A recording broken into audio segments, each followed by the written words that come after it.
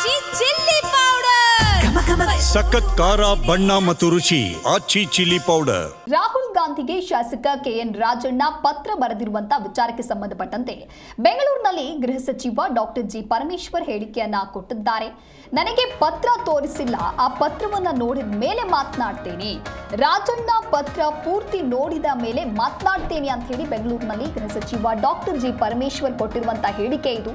ಸೋನಿಯಾ, ರಾಹುಲ್, ಖರ್ಗೆ ತೀರ್ಮಾನವೇ ಅಂತಿಮ.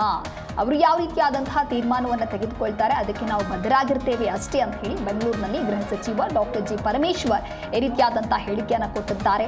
ರಾಹುಲ್ ಗಾಂಧಿಗೆ ಶಾಸಕ ಕೆಎನ್ ರಾಜಣ್ಣ ಪತ್ರ ಬರೆದಿರುವಂತಹ ವಿಚಾರ ದೊಡ್ಡ ಮಟ್ಟದಲ್ಲಿ ಚರ್ಚೆಯಾಗ್ತಾ ಇದೆ. ಇದೇ ವಿಚಾರಕ್ಕೆ ಸಂಬಂಧಪಟ್ಟಂತೆ ಗೃಹ ಸಚಿವ ಡಾಕ್ಟರ್ ಜಿ ಪರಮೇಶ್ವರ್ ಈ ರೀತಿಯಾಗಿ ರಿಯಾಕ್ಟ್ ಮಾಡಿದ್ದಾರೆ.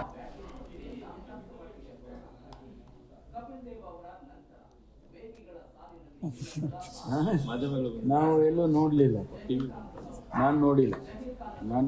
ನೋಡಿ ಅದನ್ನ ತಿಳ್ಕೊಂಡು ಆಮೇಲೆ ಹೇಳ್ತೀನಿ. ಏನ್ ಬರ್ದಿದ್ದಾರೆ ಸರಿಯಾದ ಸೂಕ್ತ BLAಗಳನ್ನ ನೇಮಕ ಮಾಡದ ಹಿನ್ನೆಲೆಯಲ್ಲೇ ವೋಟ್ ಚೋರಿ ಆಗಿದೆ, ಇನ್ನೂ ಕೆಲವು ಸ್ಥಾನಕ್ಕೆ ಗೆಲ್ತಿದ್ವಿ ನಾವು, ಕೆಲವು ಕಡೆ ಹಿನ್ನಡೆ ಆಗಿದೆ, ಇವೆಲ್ಲ ಬರ್ದಿದ್ದಾರೆ ಸರ್. ಕೆಪಿಸಿಸಿ ಅದೆಲ್ಲ ನಾನು ಡೀಟೇಲ್ ನೋಡಿ ಆಮೇಲೆ ಉತ್ತರ ಕೊಡ್ತೀನಿ. ಸಿದ್ದರಾಮಯ್ಯ ಅವ್ರನ್ನ ಕೈ ಬಿಟ್ರೆ ತುಂಬಾ ಡ್ಯಾಮೇಜ್ ಆಗುತ್ತೆ ಅಂತಾನು ಅದ್ರಲ್ಲಿ ಬರ್ದಿದ್ದಾರೆ. ಬರ್ದಿರೋದು ನಮ್ಗೆ ಯಾರಿಗೂ ತೋರಿಸಿಲ್ಲ.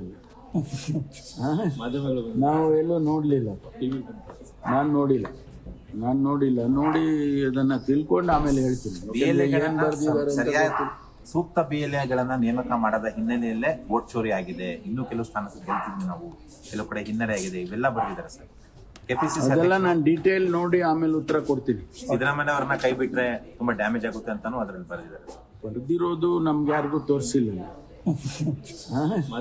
ನಾವು ಎಲ್ಲೂ ನೋಡಲಿಲ್ಲ, ನಾನು ನೋಡಿಲ್ಲ. ನೋಡಿ ಅದನ್ನ ತಿಳ್ಕೊಂಡು ಆಮೇಲೆ ಹೇಳ್ತೀನಿ. ಏನ್ ಬರ್ದಿದ್ದಾರೆ ಸರಿಯಾದ ಸೂಕ್ತ BLAಗಳನ್ನ ನೇಮಕ ಮಾಡದ ಹಿನ್ನೆಲೆಯಲ್ಲೇ ವೋಟ್ ಚೋರಿ ಆಗಿದೆ, ಇನ್ನೂ ಕೆಲವು ಸ್ಥಾನಕ್ಕೆ ಗೆಲ್ತಿದ್ವಿ ನಾವು, ಕೆಲವು ಕಡೆ ಹಿನ್ನಡೆ ಆಗಿದೆ, ಇವೆಲ್ಲ ಬರ್ದಿದ್ದಾರೆ ಸರ್.